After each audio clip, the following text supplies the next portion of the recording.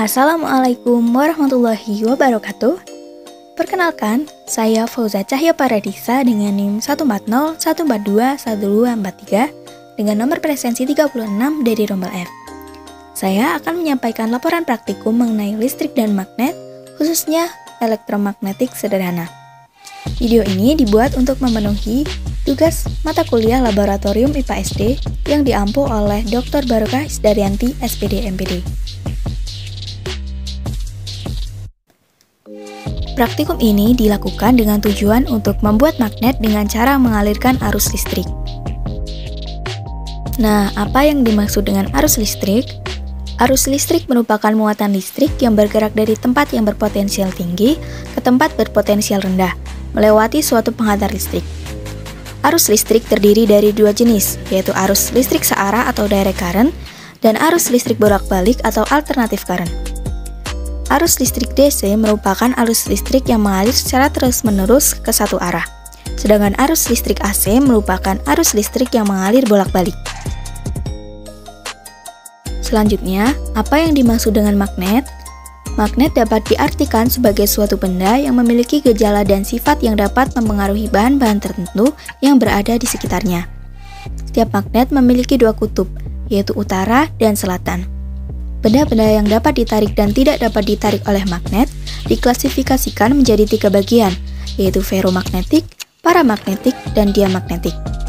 Selain itu, terdapat beberapa cara untuk membuat magnet, yaitu digosok dengan magnet lain secara searah, induksi magnet, dan dialiri arus listrik searah atau DC.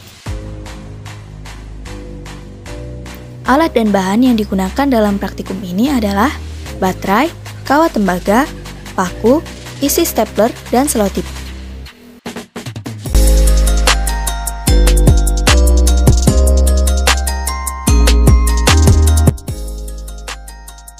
Langkah kerja yang ditempuh dalam melakukan praktikum ini adalah: yang pertama, menyiapkan alat dan bahan yang digunakan dalam kegiatan praktikum.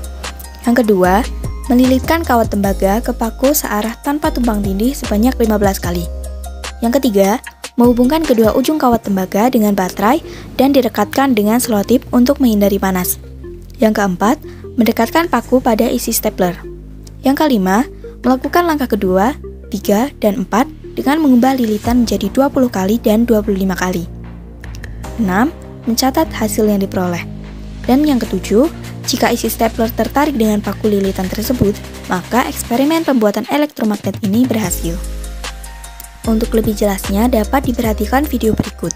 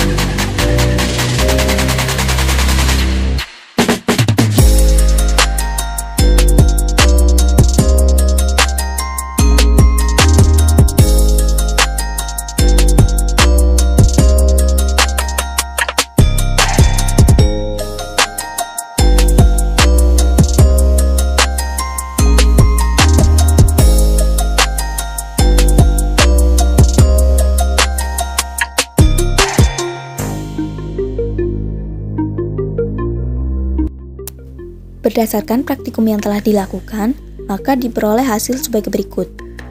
Ketika lilitan pada paku sebanyak 15 lilitan, jumlah isi stapler yang menempel adalah 1 buah. Kemudian, ketika lilitan pada paku sebanyak 20 lilitan, jumlah isi stapler yang menempel adalah 2 buah. Sementara itu, ketika lilitan pada paku sebanyak 25 lilitan, jumlah isi stapler yang menempel adalah 5 buah.